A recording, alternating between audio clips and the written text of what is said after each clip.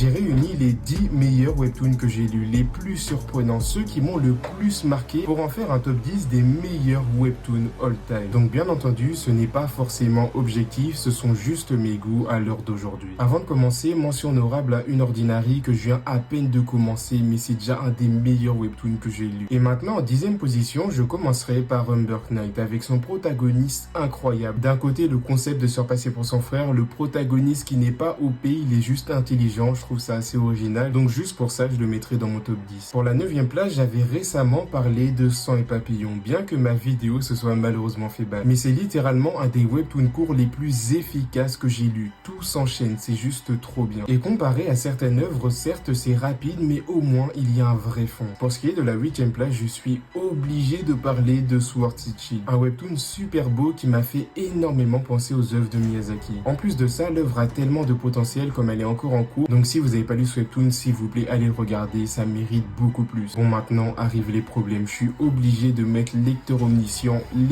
omniscient en 7e position. Bien que je préfère l'écriture de The World After the Fall ou The World After the End, je me suis bien plus attaché à cette œuvre qui est pour moi le meilleur webtoon avec des systèmes. C'est juste exceptionnel. J'ai laissé la 6e place à The Girl from Random Chatting, le webtoon destiné à devenir numéro 1 même avec le pire protagoniste de l'histoire. La seule chose qui est dommage, c'est que je trouve ils ont trop forcé. Vraiment, le choix qu'a fait le protagoniste vers le chapitre 200, il lui a fait perdre tous ses fans. Alors que c'était sûrement l'une des meilleures œuvres qui n'avait jamais existé. J'ai réservé la 5e place pour Illicit, qui reste pour moi le meilleur shonen jamais créé. Un webtoon où les relations sont plus importantes que la puissance personnelle. Juste avec 300 chapitres, c'est déjà incroyable. Mais dites-vous, c'est loin d'être fini. En 4e place, je vais encore vous choquer, mais personnellement, je mets Un jour à Seoul, qui est de loin la meilleure œuvre post-apocalyptique. Je trouve les personnages bien plus intéressants que chez ses concurrents. Pour ce qui est de la dernière place du podium, j'ai longuement hésité, mais je descends Winebreaker à la 3e place. Un choix que j'aurais jamais imaginé faire. Sauf que ces derniers mois, j'ai lu 2 bangers, 2 masterclass qui m'ont encore plus choqué. Et la première, qui est du coup la 2e, est tout simplement Le Prince Mystique, qui est juste un 10 sur 10. Romance, mûrie, magie, les 3 combinés avec une bonne intrigue, ça ne peut que être un banger. Bon, il reste tellement d'œuvres dont je n'ai pas parlé, mais qui méritent d'être à la première place. Comme Tower of God, She's Also Cute Today, ou même encore Léviathan, mais personnellement, le webtoon qui m'a le